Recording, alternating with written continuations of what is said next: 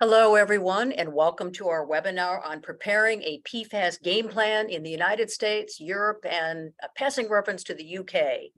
Now, before I introduce our distinguished panelists, allow me just a minute or so to go through some important housekeeping topics. First, to ensure sound quality, you all are muted, but you can, and we are going to be entertaining a lively Q&A session at the end of the formal presentations.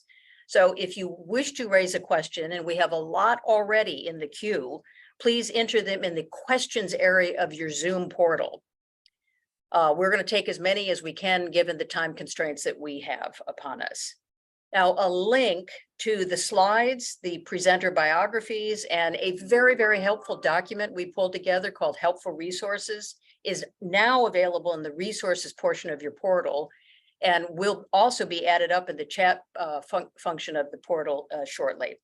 The slides and the recording of this webinar will be made available to you shortly after the webinar. Anyone who is registered will be sent the slides and the recording.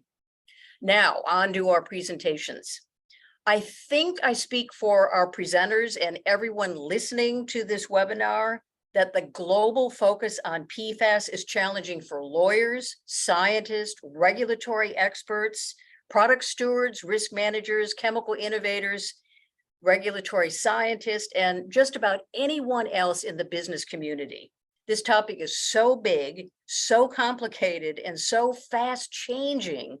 Everybody has a role in problem solving, and everybody needs to be astute in minding the PFAS store. So today we're going to spend some time preparing you to either improve your existing PFAS game plan or to develop one. Joining us from Brussels, Belgium is Magdalena Mahova, who is managing partner of EPA, a regulatory and public affairs consultancy located in Brussels. EPA, we've worked with it for many years. It is absolutely first in class in navigating science policy, legal and regulatory and public affairs challenges facing the chemical community. Magdalena is going to focus on the EU PFAS restriction proposal, which, as you all know, is huge and going to be a life-changing event for all of us, and contrast it with the emerging UK PFAS regulatory program. Also presenting today is Dr. Richard Engler, Bergeson and Campbell and the ACTA Group's Director of Chemistry. You know, we here at BNC and ACTA have been working in PFAS issues to an extraordinary extent, and just extensively so in the new year, doing PFAS enforcement, chemical identity, product advocacy, you name it, being deeply engaged in both federal and state initiatives. And thanks to Magdalena, we're all going to bring it together for you on a global scale. In terms of the rundown, Rich is going to go first. And then I'll toss it off to me to do a presentation on commercial initiatives, and I'm going to turn the floor over to Magdalena to run through the EU REACH proposal, and then we will open it up to Q&A. So we've got an awful lot to go through, and I'm going to ask Rich for you to take it away now. Great, thank you very much, Lynn. Okay, next slide. So the first question is, what are PFAS? Now, PFAS, as you're probably aware, are a group of organic chemicals, largely anthropogenic chemicals, that contain alkyl groups on which some or many or all of the hydrogens have been replaced with fluorine. The well-known PFAS contain fully fluorinated carbon chains of various chain lengths. We'll look at those in a second. And those are frequently attached to a functional group. When most people think about PFAS, they're thinking about PFAS surfactants, so they're terminated with a carboxylic acid or sulfonic acid, such as a couple that we have here on the slide. The perfluorinated acids include PFOA, which most people are aware of, and then the sulfonic acids include PFAS. So there's sort of the most notorious PFAS or PFOA and PFOS, PFOA and PFOS. Next slide. Since the concerns about the C8, the PFOA and PFOS arose in the late 90s and early 2000s, industry has switched to shorter and shorter chains of PFAS to substitute for the C8s, the especially hazardous C8 substances. So the probably the most common, the most frequent change was from a C8 to a C6. So we went from down here at the bottom from the PFOA with its eight total carbons, 7 of them fully fluorinated, to mostly to the C6, which is that far right one on the bottom, the PFHXA. But PFAS also, as the definition is written, also includes polymers, fluoropolymers, perfluoropolyethers, and polymers that contain side chains that are fluorinated, like a PFHXA side chain. PFAS also includes gases, and of course, gases are very different than high molecular weight polymers, and they're very different from the surfactants. Hydrofluorocarbons, which have been a standard refrigerant and blowing agent for quite a while now, the lower ozone depleting blowing agents that replace the HCFCs, which replaced CFCs, and also the hydrofluoroolefins, which replace the HFCs. The HFCs have high global warming potential. Hydrofluoroolefins have very low global warming potential, but they still meet the OECD definition of PFAS.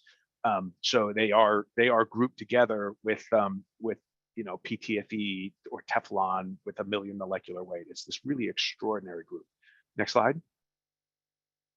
So one of the challenges for anybody who's working in this space is the definitional disarray, right? The different entities are setting definitions differently, and it is a critical problem for stakeholders. The OECD definition, which is 1 or more fully fluorinated carbons, it's different than what EPA has been using, even the EPA's evolving definitions, and it's also different than what some states have done, although many of the state actions do follow the OECD definition. But the OECD definition, when it was developed, was specifically identified as not being meant for regulatory purposes. So it's kind of odd that, well, one could question why regulators are relying on that definition when the OECD, when it came up with that definition, specifically said it wasn't meant for regulatory purposes. According to the US government, some 4,000 chemicals are considered PFAS, right? That number depends on what your definition of PFAS is. It also depends on, are you limiting your data set to just what's listed on the TSCA inventory? Are you including anything with the CAS registry number? The number, you frequently hear different numbers, and those numbers are all over the place. I think what's less important the number of PFAS chemicals is less important than specific PFAS chemicals that we're considering. Certainly, many fluoropolymers have been used as coatings, whether they're the surfactants, the PFAS and PFOA surfactants that we talked about previously, or PTFE, or those have been used for quite a while to generate essentially nonstick coatings, the coatings that resist corrosion, grease, water, stains, heat, and adhesion, right? That's the primary benefit of using a perfluorinated substance, is its lack of chemical reactivity. But things like the hydrofluoroolefins have very different uses. The HFCs and the HFOs, those aren't coatings, they're gases, right? So you cannot coat a surface with a gas. Those are being used as blowing agents in foams, as refrigerants, in propellants, and for inhaled medicines. They have vastly different uses than the fluoropolymers and the fluorinated surfactants. For OPPT purposes, for TSCA, OPPT has been sort of tweaking its PFAS definition to make it fit for purpose. So as EPA proceeds with rulemaking, that the rulemaking proposal tends to use a PFAS definition that is appropriate for the rulemaking. So for the inactive chemical reporting rule, that dead chemical SNR, where EPA is going to propose any use as a significant new use, EPA drew the PFAS category to capture those inactive PFAS. So it was a fit for purpose definition for that particular rulemaking. Next slide. A lot of the regulatory activity in the United States has been outside of the TSCA regulatory rulemaking. So it's been focused on soil and water, because these are the primary exposure pathways, especially to legacy PFAS that are no longer being manufactured or processed, but are in the environment. So they are, it's it would be ineffective to ban them now because they've largely been banned from TSCA uses, but they are out in the environment, and so the concern is for human and environmental exposure. So EPA's rulemaking or there have been proposals in both for both soil and water exposure. Next slide. So EPA in 2021 announced a whole of agency approach for PFAS, for managing PFAS. It does include in additional research, but it's also looking to leverage statutory authorities across the program areas to limit PFAS and limit PFAS exposure to especially to the public. And to the extent that PFAS contamination is found, coming up with a coherent way to manage that contamination that doesn't just move the problem from one area to another. Next slide. Under TSCA, many of the PFAS that have been submitted, especially since the 2000s, those PMNs have been regulated to one degree or another with the consent orders and/or significant new use rules that imposed specific restrictions on the manufacture, processing, use, or disposal, and also imposed testing requirements to various degrees. So there have been many PFAS PMNs in the last 20 odd years. And most of those, I haven't checked them all, but most of those have resulted in, certainly from my memory when I was reviewing PFAS PMNs in the 2000s, was that every one of the C6 PFAS substances that came through as a C8 replacement, all those C6 PFAS were getting regulated, but there might have been some that I didn't review that didn't. So I can't categorically say that they all were, but all the ones that I remember were. Next slide. Currently, something that we're all waiting for is the TSCA Section 8A7 PFAS reporting rule that was part of the NDAA in 2020, that mandating that EPA issue a rule requiring that each person who has manufactured a chemical substance that is a PFAS that's not defined in the statute in any year since January 1st, 2011, to report information. So this would be a one-time reporting obligation, a little bit like chemical data reporting, CDR. But it's a look back all the way to 2011. And it wasn't just, it was at the time, it was a 10-year look back, but based on the statutory language, it's that look back period is growing longer and as that rule is delayed. So it's going to end up being a 12 or 13-year look back period. The rule that was proposed would require all manufacturers, including importers, without exemption of any PFAS in any quantity in any year since 2011. And it was really quite eye-poppingly broad. And there's certainly been a lot of discussion and comment about that. We're all waiting to see what the final rule is going to say. The final rule was due in January. But the statutory deadline was in January, but we expect it to come out in the next month or two. Next slide. So one of the questions that we hope to see some clarity on is what will be the burden, the due diligence burden. What will potential reporters have to do to document that they went back and looked to see if they know whether a PFAS was present or not in anything that they manufactured or imported in that time frame. So any article, any sofa, any computer, any widget that was manufactured or imported, as well as any chemical substance, was a PFAS present as an impurity at any level. So what level of due diligence is required to go back? And we don't know what EPA's expectation is. EPA's given some hints, but EPA has, I mean, in the rule, EPA essentially said it expected an inquiry of a supplier. So you would have to go back and contact the supplier or attempt to contact the supplier, because the supplier, given that it was potentially all the way back to 2011, the supplier may not exist anymore, but did you attempt? How many attempts do you need? Right? If your contact wasn't there, what level, like, we don't know what level of effort is required. And my view is that this is the greatest burden of the PFAS reporting rule, is trying to go back to the past and determine whether or not there was any knowledge about PFAS in those products at that time, and then have to bring that forward to report. So the reporting obligation is relatively small, in my view, relative to the research that's required to be done to determine whether or not you have to report, or if you have to report that it was not known or reasonably ascertainable. EPA's burden estimates were largely focused on the reporting requirement and not the research requirement. But I think that was I think EPA really didn't appreciate what that burden was going to be. Next slide. So as I said before, no exemptions for small business, no exemption for impurity at any level.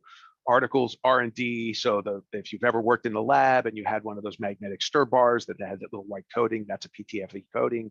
Every one of those stir bars that was imported, that is an article that is with, to the extent that it was coated with PTFE, that would be a reportable import. So none of these things are exempt, or in the proposed rule, none of these things were exempt. What that final reporting rule will look like, we don't know. Will articles be limited to intentionally included PFAS, or will it include impurities down to some de minimis level? These are all questions that I'm dying to find out the answer to, and we're just going to have to wait and see what that final rule looks like. But the real question is, what does it mean that each person who manufactured a chemical substance shall be subject to the rule? Certainly, there were commenters on the rule that said each person is literally that, everybody. But if you look at at that statutory language in other parts of TSCA, there are that same each person appears, and nevertheless there are exemptions. So whether those exemptions will be applied, we don't know. Next slide. Talked about articles. And again, what is not known or reasonably ascertainable? How much effort is that going to be? We don't really know. But other things that we've seen EPA doing, so we've certainly seen in an enforcement context, EPA has doing more information collection requests and notices of inspection to facilities that manufacture, process, or use PFAS. So if you've got PFAS in your supply chain and you've done reporting to you've done a PMN or a low volume exemption or CDR, chemical data reporting, or you are identified in the supply chain of a PFAS, your odds of getting an information request from EPA are much higher now than they have been in the past. I think EPA is also especially focused on SNR and consent order compliance for PFAS. So for those PMNs that came through in the around 2010, give or take 5 years, that were issued consent orders and then later SNRs, is the supply chain following all those regulatory obligations, which is an entirely appropriate thing for EPA to do, to go out and enforce and make sure that all those restrictions are being followed. EPA has also, well, they've stated that LVEs, that predominantly EPA's view is that PFAS are not eligible for low volume exemptions or low release, low exposure exemptions. And that's basically been EPA's policy for a while now.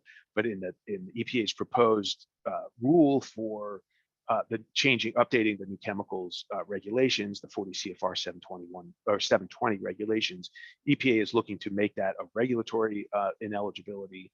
And EPA has also proposed invalidating all past LVEs and low RECs. It's not clear to us that EPA has a fact set to support that, but I think that's a question that EPA is going to wrestle with. The commenters need to comment on, and the EPA is going to have to wrestle with in their rulemaking. Next slide. TRI, if you're not aware of TRI, TRI is an annual reporting obligation for facilities in certain industry sectors, including federal facilities that manufacture, process, or otherwise use TRI-listed chemicals above certain thresholds. And those reporters are required to report release information, release to the environment, or other waste management activities. Next slide. The NDAA also required that EPA add PFAS to the TRI list. And in fact, it set up a mechanism where certain PFAS will be automatically added to the TRI list so that EPA does not have to do rulemaking.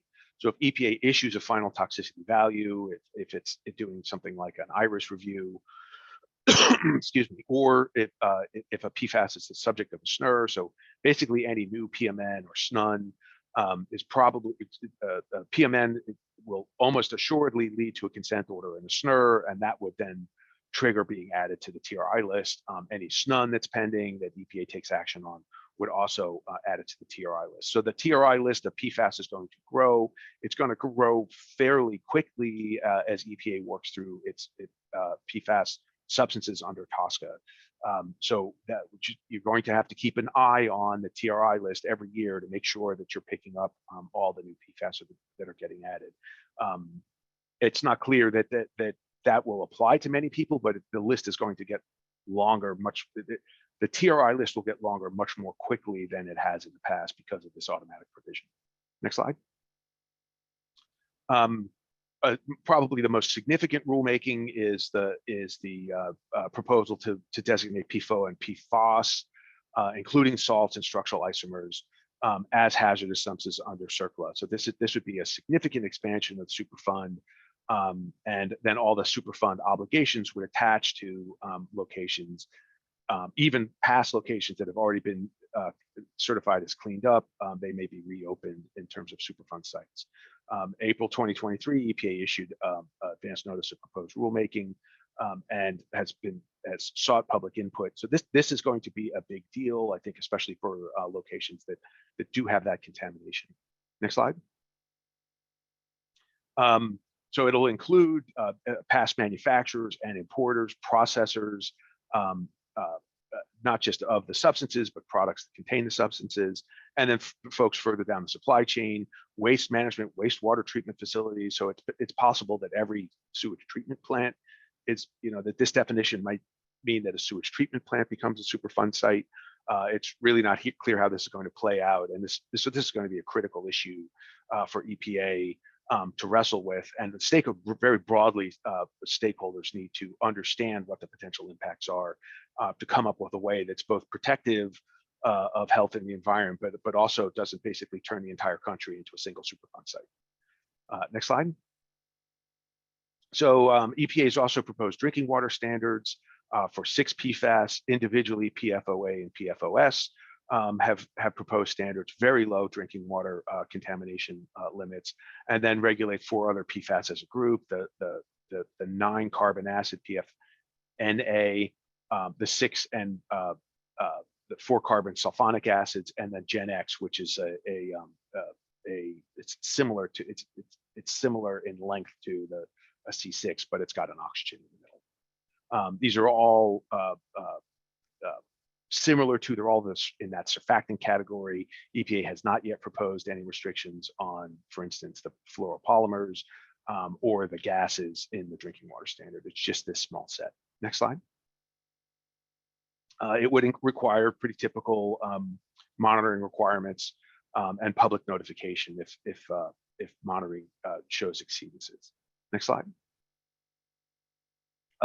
You're probably aware states are very active in PFAS, moving much more rapidly than EPA is, which is not unusual.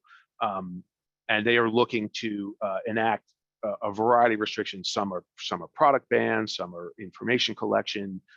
Some of the bans are targeted for specific uses. And the state actions are going beyond the TSCA boundaries. So state actions are looking at food contact use as well as cosmetic that would be outside of the TSCA authority. So the state actions are certainly complicating everything that's going on in the PFAS arena.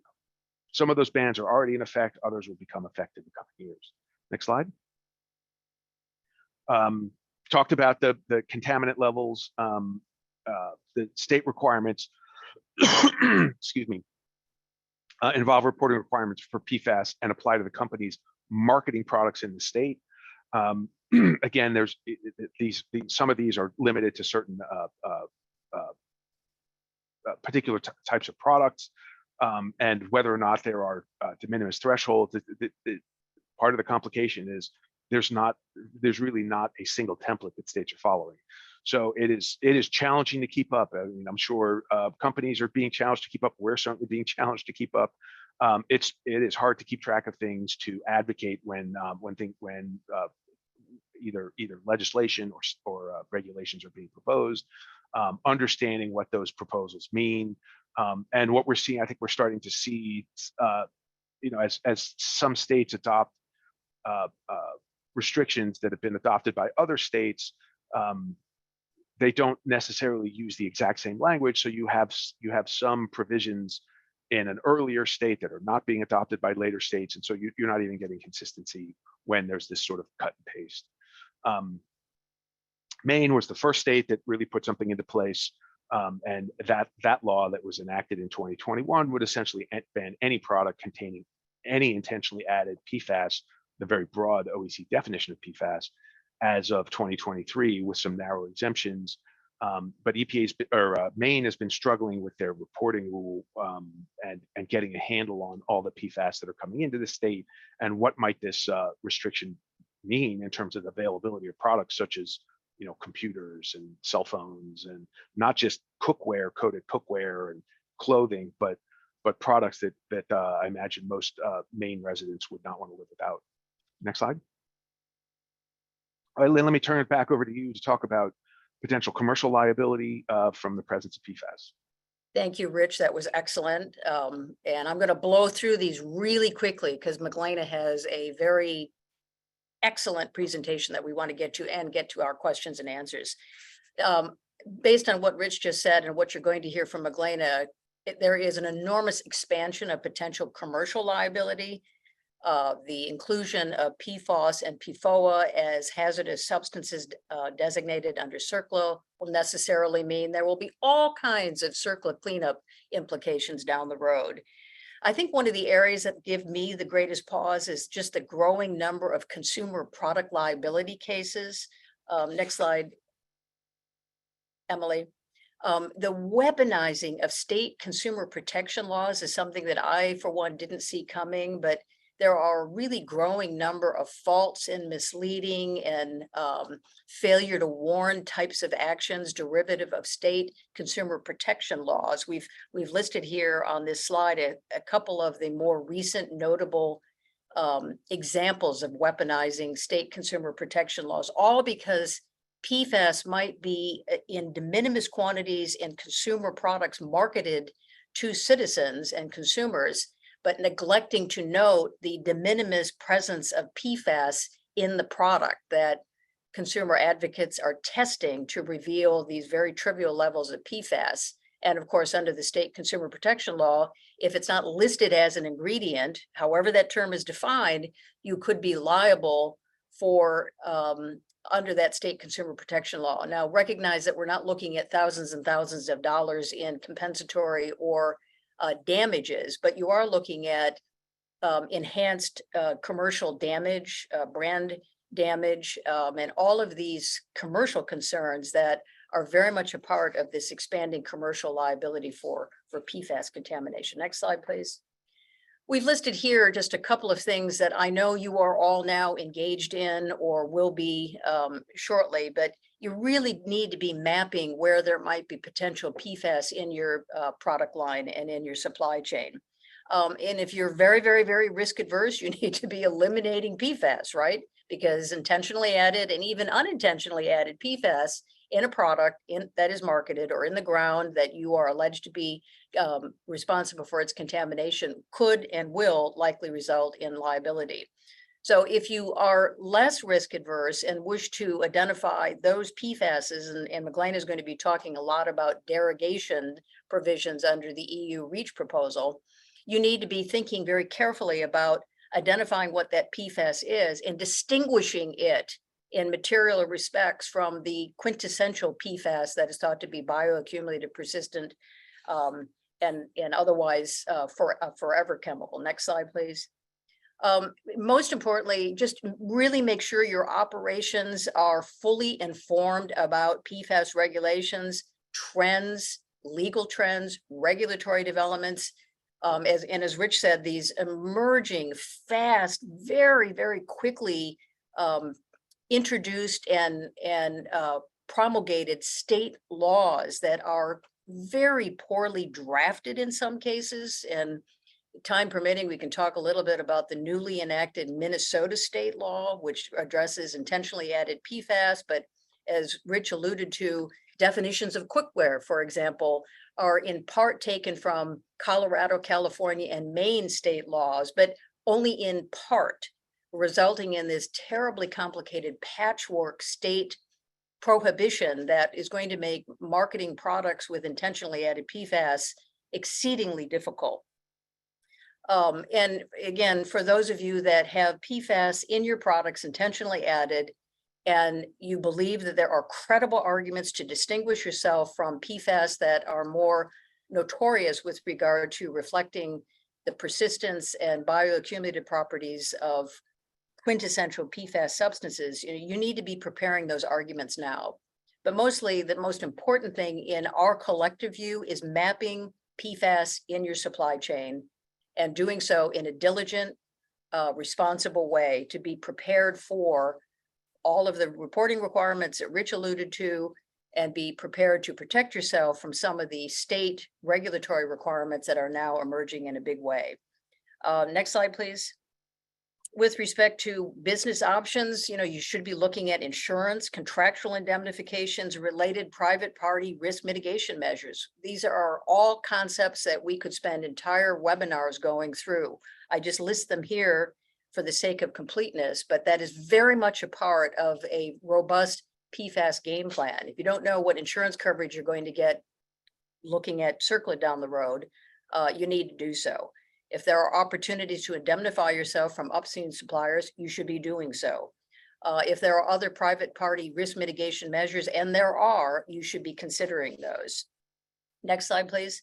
Some of these topics are explored in more detail in our PFAS News and Information and Resource Center, which is listed here. And we can talk about that in the Q&A section as well. Right now, I'm going to turn it over to Magdalena to go through the ever popular and extremely complicated EU PFAS restrictions under REACH. Magdalena, take it away. Thank you very much, Lynn. Obviously, EU REACH has already the reputation of very complex piece of legislation, but the EU PFAS restriction has taken this complexity even further. It is definitely the most far-reaching proposal that we have seen in the recent years. And I'm going to explain the key elements there, also contrast and compare with what is happening closer to the EU in UK, so that we can see the different approach there. So how it is different? First of all, in Europe, we like obviously doing differently everything, including starting from the definition. So although there is ongoing work on OECD level, and there is a revised definition of PFAS dated 2021, the definition that the 5 member states that propose the PFAS restriction is slightly different. So flavored with our own European actually approach to it. And you can see on the screen what it is about. So substances that contain at least one fully fluorinated methyl or methylene carbonatum are actually considered to be in scope, with some exclusions simply because they're expected to be mineralized. So the actually key aspect is definitely the persistence that is guiding actually also the approach in that restriction proposal. On the other hand, this is obviously leading to huge scope of chemicals, 10,000, that has become also a very popular number. If you're looking into the approach in UK, you would see that the scope and the focus is much more modest and also more rational. You can actually see recently published in April 9 reports about just fewer PFAS substances that have been assessed by the Environmental Agency in UK. So a little bit more pragmatic and feasible approach. Now, the scope is also very broad. So we are talking about PFAS that cannot be in the future manufactured, used, or placed on the market. So the scope of business activities is very broad. When you're talking about placing on the market, it's also including importations. And in REACH in the EU, we also consider place on the market every time that you make available the product or the PFAS mixture or the PFAS as such. So this is also very broad understanding of what is considered being placed on the market. On the top of that, we have the PFAS as a substance, as a constituent, as a mixture or articles. And the only actually aspect that can save a little bit the situation is the concentration levels or specific derogations, although the concentration levels are very complicated. They're fixed in the proposal at this point of time, because everything is subject to a change, obviously, as concentration level per PFAS substances, but also they can also be measured as a sum of the targeted PFAS. And there is also a differentiation between polymeric and non-polymeric PFAS. So next slide. We would like to discuss, obviously, how the authorities have derived the different approaches when it comes to derogations, because the unique aspect of the proposal is also the way they have approached the continued use in certain applications. There were two call for evidences, so all this saga started long ago, although probably was certainly under the radar screen of many industries, especially internationally, but the preparatory work started already more than 2 years ago. However, the authorities have received fewer details and tangible, quantifiable information that can help them scope the risk, but also the socioeconomic impacts. So they have taken a probably more simplistic view of saying the analysis of alternatives will be actually a very decent element to say either alternatives exist, and in that case, there is no reason to keep the PFAS on the market, or if they do not exist yet, we can probably grant some transition period. So this is in a nutshell the approach.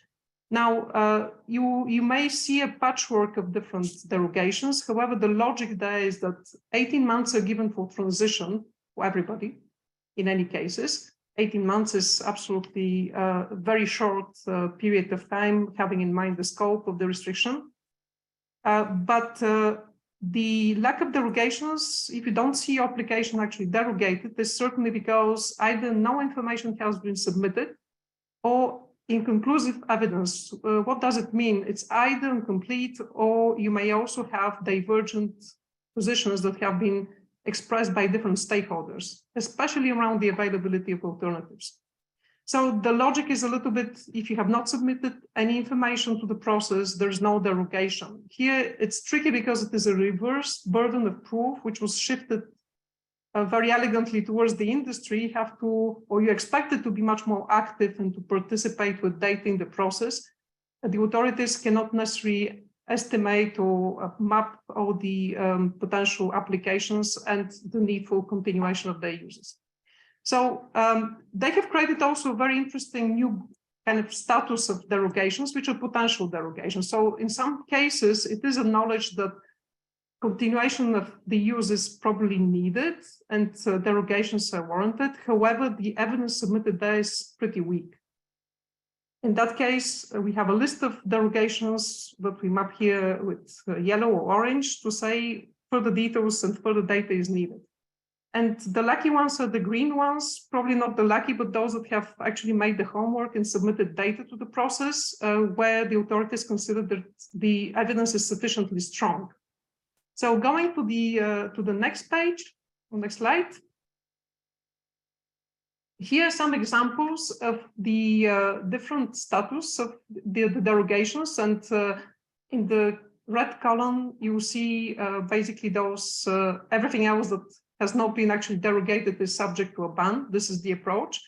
But you will see as well those that are painted green, so excluded, derogated to certain points, and those in orange contain in certain cases similar applications. For example, if you take medical devices for certain application, there is a suggestion actually of derogation that is warranted, and other uses or applications that may not be the case and further details are needed. So I would say it's a very refined approach because sectors are not blacklisted, but in the same time, you cannot just presume that because certain derogations have been actually listed, that will be expanded to the entire sector unless you provide very specific details about your use. The next slide would also contain examples of this kind of derogations. Yeah, I can move to the next slide because this is a continuation indeed of what we are saying. So again, the example of medical devices that you can see both under the green light and the orange light. Also, we have some industrial and professional food contact materials. There was also a question in the question and answer chat, which was questioning the food contact materials. Yes, some industrial professional uses are derogated, but again, the devil is in the detail and how you define your use. Now, the question here obviously is what is the logic of all of that? We can move to the next slide. As we have also, in addition to the time limited derogation, we have also time unlimited derogations. And this is slightly tricky because it has never been used as a language before in this kind of restriction proposals. It is equal basically to an exemption. The logic is that the active ingredients, for example, that they used in plant protection products and biocidal products, human and veterinary medicines, they are excluded in a way from this ban. However, this is also coming with the caveat that the information about the quantities used will have to be reported every 2 years to ECHA. So there will be a data gathering exercise as well around that. And then we have also certain, a little bit unusual derogations for refrigerants and HVAC, so basically heating, ventilation, and air conditioning equipment in buildings, based on national safety standards at national level that would prohibit the use of alternatives. So this is a very specific one, but a little bit unusual because we have not seen any derogation in the past based on national standards and not EU legislation. And the use of PFAS in calibration of measurement instruments, but not the measurement and instruments as such are derogated. So it's a little bit of a refined zooming into what is in and what is out. Probably to conclude a little bit around the logic of the derogations, going to the next slide.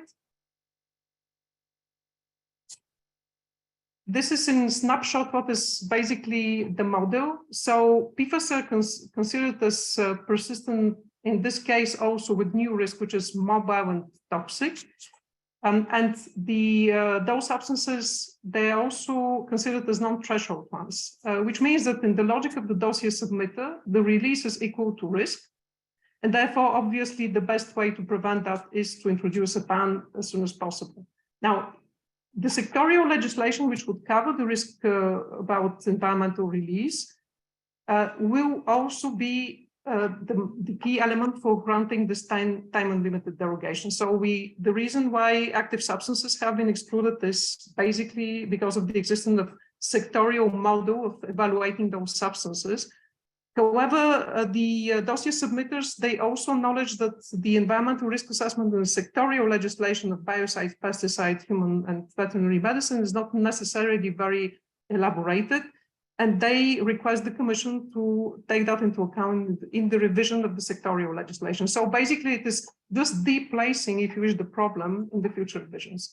And then everything around is based on the availability of alternatives. Either you have proof data and proof the elements to show that you don't have, at this point of time, any alternatives. The authorities could consider derogation for 12 years. If you have an alternative that has been identified, but it will take time to actually confirm it and to implement it, they're looking into the 5-year derogation. Obviously, the cost-benefit ratio is an important one, but here the logic is really based very much so on the availability of alternatives. And the key element, I would say, this is very true if you submit strong evidence. And then the key question is, how do we actually get to the strong evidence? We can move to the next slide. So the strong evidence is basically to participate in the ECHA consultation to start with. If you have missed the opportunity to provide comments in the call for evidence, as I mentioned, it's a long process, started 2 years ago. And the key aspect is also not to highlight some position paper of the impact, general impact on your business, but also to reflect on the most likely response to the restriction from business scenario perspective.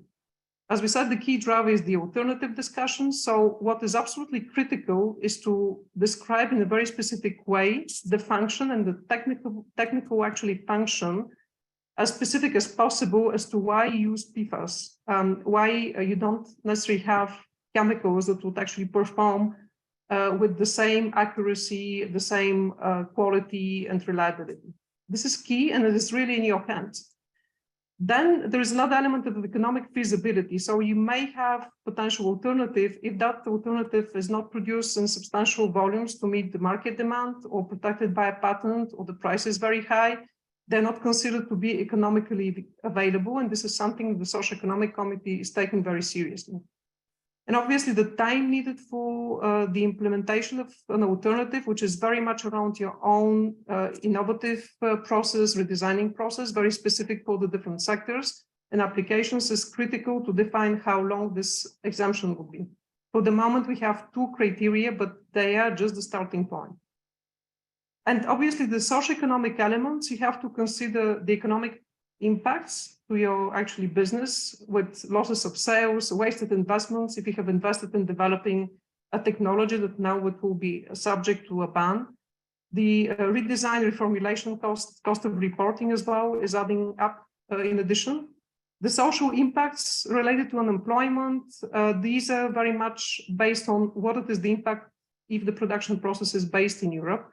Now, if you're based outside Europe, that would be subject also for conversation in the overall impact, but that will be considered broadly as a wide economic impact, competitiveness, and other dimensions there. And going to the next slide, please. The most important part is also to know when to submit your data. So the good positive part is also that the European process is very relatively transparent, because there is an open consultation where you can submit information to the ECHA committees. The consultation process started already in March and will run for 6 months, ending 25th of September. Good luck for your holidays for those that plan to submit data. However, what is extremely important to understand here is that the committees are taking the information as it is submitted. So my advice would be, don't wait for the last second, because you have less a chance for your actually input to be read and fully onboarded into the RAC opinion. The committees will afterwards make the analysis of the data, and the RAC and SAC committee will formulate in parallel the opinions, with the RAC opinion, which will be published sometime early next year. But the problem is that in the same times, the SAC draft opinion will be published. So for whatever reason it is perceived that it is a risk committee ECHA consultation, the data should address both risk and also socioeconomic implications, as the 2 committees are working in parallel. And the process is long. Obviously, the Commission will take then over and will have to make the formal proposal. And we have also European elections, so we'll have new Commission in the future as well. And the Parliament is coming at the end of the process with the veto right. But the most important aspect is to be able to contribute to the scientific discussion, which is happening now at ECHA level. Next slide, please. So yes, we have zoomed into that one, so we can probably go to some recommendations.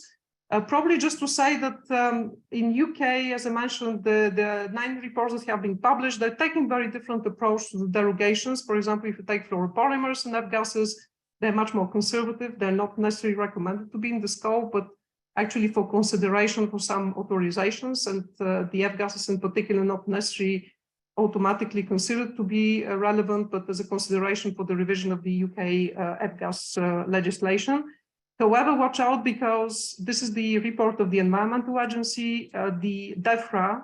They will be actually looking into, in close coordination with the other actually authorities and agencies, they will be looking into their plan for the next year and see how much of initiatives they will be taking. So it's quite important to watch what is going on in Europe, because that will have repercussions beyond Europe in UK, although they may be with limited scope.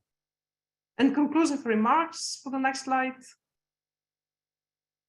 You have many actually institutional stakeholders. You probably wonder what RAC and SAC are doing, what the Commission's role would be. Just to say that RAC and SAC are looking into the risk, SAC into the socioeconomic part, but they may have also different opinions. So it is not a single opinion, and that differentiation is very important.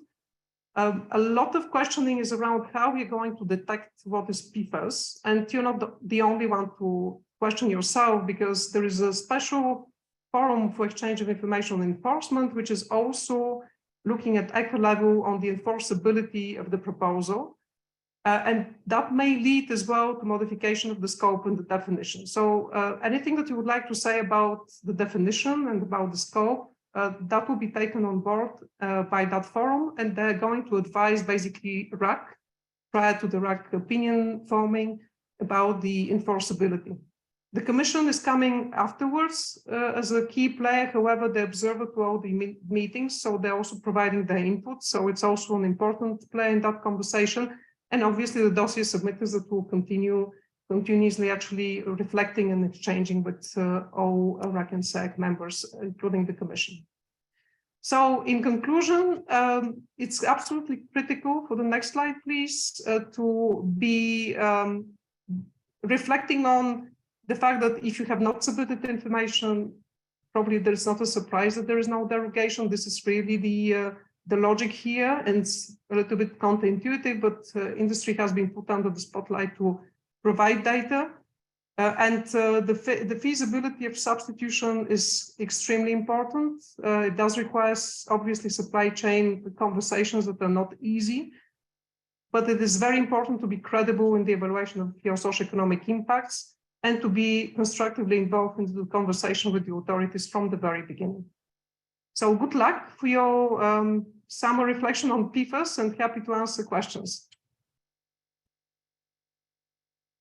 Thank you, Magdalena, for an excellent presentation. I'm going to try to get to as many of the many questions that have been sent in both before and during this webinar. I'll kick it off. Speaking of derogations, Magdalena, we have a question here about derogations for fluorination of HDPE containers.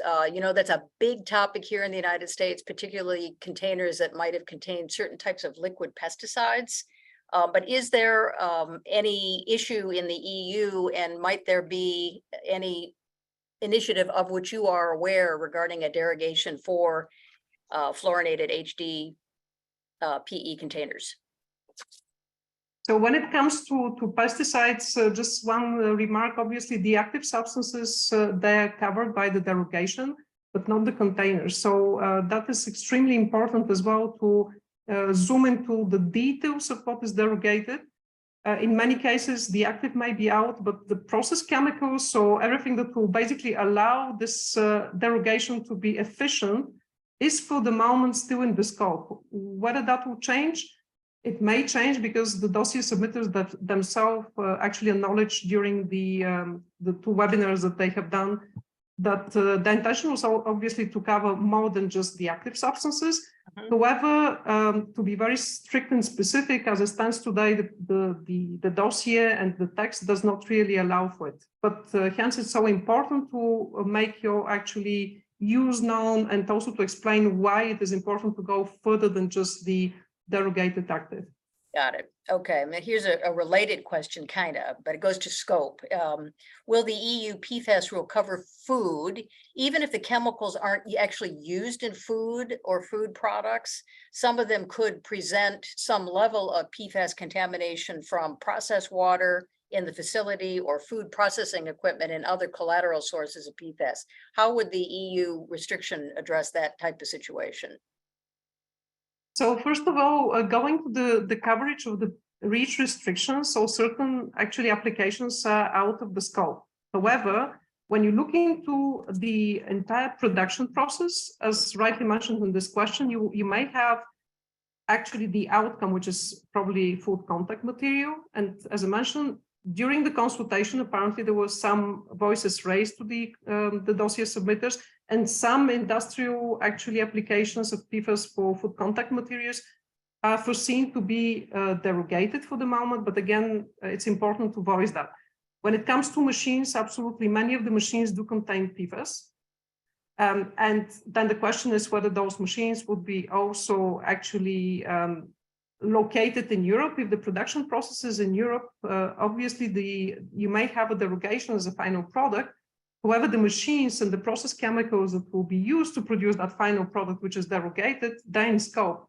Even worse, if that machine is actually placed on the market prior to the restriction, it is okay, because we're talking about future placing on the market that will be prohibited. But the spare parts that will be needed and the maintenance, if those involve PFAS, obviously those will be restricted. So there will be a huge impact on the production process that many industries undermine for the moment, because everybody's focusing on their own product that is finally placed on the market. again, with the caveat that that would impact very much the European-based production. Thank you. And one final question for you, Magdalena. Is there a magic list somewhere? You probably get asked this a lot, but what are these 10,000 or so PFAS substances that the EU REACH restriction proposal will likely apply to? I mean, we keep tossing these numbers around, but where's the list? So the beginning of the answer is in the annexes of the proposal as such. So even for the derogated substances, for example, the actives, they're in the annexes of the proposal, which are hundreds of pages, but take a look, because you would have the starting point of what has been made known to the authorities as substances which are absolutely qualifying as PFAS according to the European definition. So this is definitely the starting point. I know that the proposal is already hundreds of pages, but it is quite key to read the rest as well and find whether you actually see your own chemicals of concern. Thank you. Rich's one is for you. Is it likely, given all of the kind of jurisdictional tumult globally going on with the definition of PFAS, is it likely that EPA will revise or modify its definition of PFAS? Well, if EPA does what it's done for the last couple of actions, it will, again, a fit for purpose definition, depending on what their specific regulatory intent is. EPA has expressed lower concern for the C1 perfluoro. So if there's only a trifluoromethyl, EPA has expressed a lower level of concern. It's not been following ECHA's concern level down to a single fully fluorinated carbon. Mm-hmm. So right now, I expect EPA's PFAS definition to look like it does in the new chemicals 40 CFR 720 proposal. It'll probably look like that, maybe with some tweaks depending on the specific regulatory action. Okay.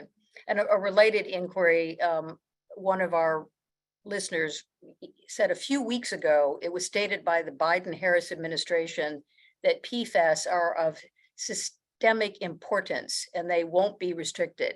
How can this statement fit into the current regulatory processes? I'm going to take a shot at interpreting that statement. I suspect it is the Biden-Harris's recognition that there are certain PFAS that are falling into a category of cannot be replaced and might be essential for any number of commercial or other applications in the medical, electronics, in other sectors of the economy. So I think what this statement might be saying is that the regulatory restrictions that are now being considered at the federal and state level and at the global level generally, that there is recognition that PFAS has a role, but none of those PFASs will be maintained at the expense of human health and environmental safety. So there's always recognition that chemicals are essential, but always recognition that those essentiality concerns need to be balanced by, base commitments to human health and environmental protection. Rich, Magdalena, if you have any thoughts on that, feel free. Yeah, I guess the EU is taking an approach of like, okay, all PFAS are going to be banned, but we're going to leave some, right? As you come up with criticality arguments, those are going to be able to be maintained. It sounds like the U.S. approach is going to be the other way. Let's look at where the concerns are the greatest and work on restricting those, continuing the work that's gone on since the mid-2000s to further restrict the most problematic, both from a toxicity standpoint and from a release and exposure standpoint. Got it. Any comments, Magdalena? Yes, absolutely. So in Europe, it's relatively simple if you wish. All the essentiality discussion, which is not yet, obviously, the essentiality is not really defined yet in the context of REACH, but de facto is focusing on what alternatives exist. So clearly, the authorities are taking the approach that you may be extremely critical, generally speaking, sector for society, taking medical, also medicinal products and so on and so forth. But if alternatives exist, then there is no reason to delay the transition. This is the general spirit that we see also translated into the derogations. So I guess that the authorities will have to also get the data from industry about where these PFAS are used as a critical application not only because of the importance of the sector, but also because of their critical role in the architecture of the product, and they're irreplaceable. So the discussion is very pragmatically focused on alternatives, but the positive side of that is that industry knows very well what is feasible from technical performance perspective. So you can contribute in a very decent way. Okay, excellent. Thank you. We have a question here about some of the commercial implications of the litigations that I mentioned earlier.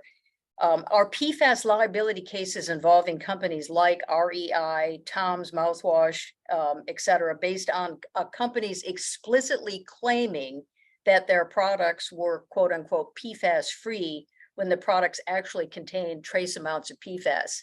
And I think the answer to the question is no. They're based on explicit claims that the products are natural.